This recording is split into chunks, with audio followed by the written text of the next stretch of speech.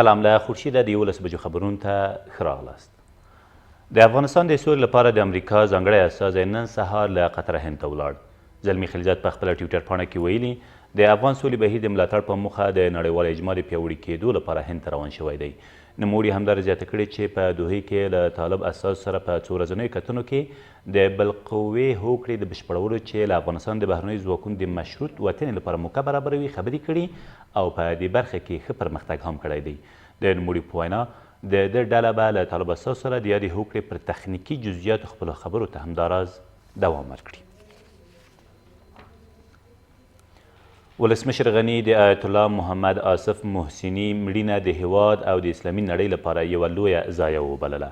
ښاغلي غني په یو پیغام کې چې په همدې اړه خپور شوی آیت الله محمد آصف محسني یې د اهل تشیع د تقلید مرجع او د هیواد روحاني او علمي شخصیت وباله او زیاته کړې ده چې نوموړي د افغان ولس د برحقه جهاد په بریالي کولو کې نه ستړي کېدونکي هلې ځلې کړي دي. د نوموړي په وینا له مرحوم محسني د اسلامي علومو په برخو کې ارزښتمن آثار پاتې دي چې د افغانستان او اسلامي نړۍ مسلمانانو ته تلپاتې میراث بلل کېدلی شي.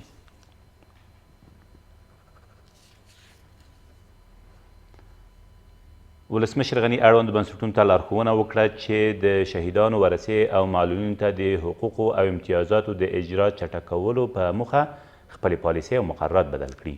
ښاغلي غني تیر مازدیګر په همدې اړه جوړه شوې ناسته کې د شهیدانو او معلولینو په چارو کې د دولت وزارت او د امنیتي او دفاعي سکتور وزارتونو ته په ټینګار لارښوونه وکړه چې د شهیدانو ورثې او معلولینو ته رسېدنه خپل کاري لومړیتوب وګرځوي. د نوموړي په وینا د افغان ځواکونو قربانیو ته په کتو دا زموږ اخلاقي مسؤلیت او د دوی حق دی چې ورثې ته یې هر اړخیزه پاملرنه وشي. د پکتیا په احمدآبا ولسوالۍ کې په یو هوایي برید کې 6 طالبان ووژل شول. په دغه برید کې چې تیر ماښام په زرګل سیمه کې ترسره شوی د یادې ډلې یو موټر او یو شمېر وسلې هم له منځه تللي دي.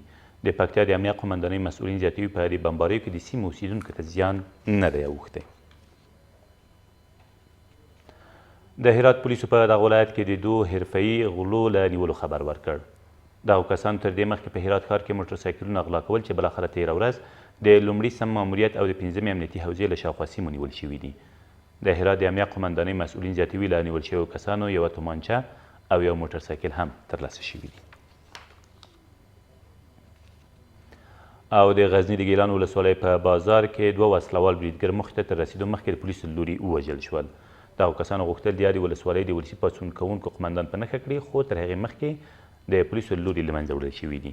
د غزني د والي ویاند زیاتوي په دې لړ کې یو بل بریدګر هم له یوې بې غږه تومانچې او 3 نور وسلو سره یو ځای نیول شوی دی. دا تر دې مهاله وروستي خبرونه، تر بیا مو الله امد.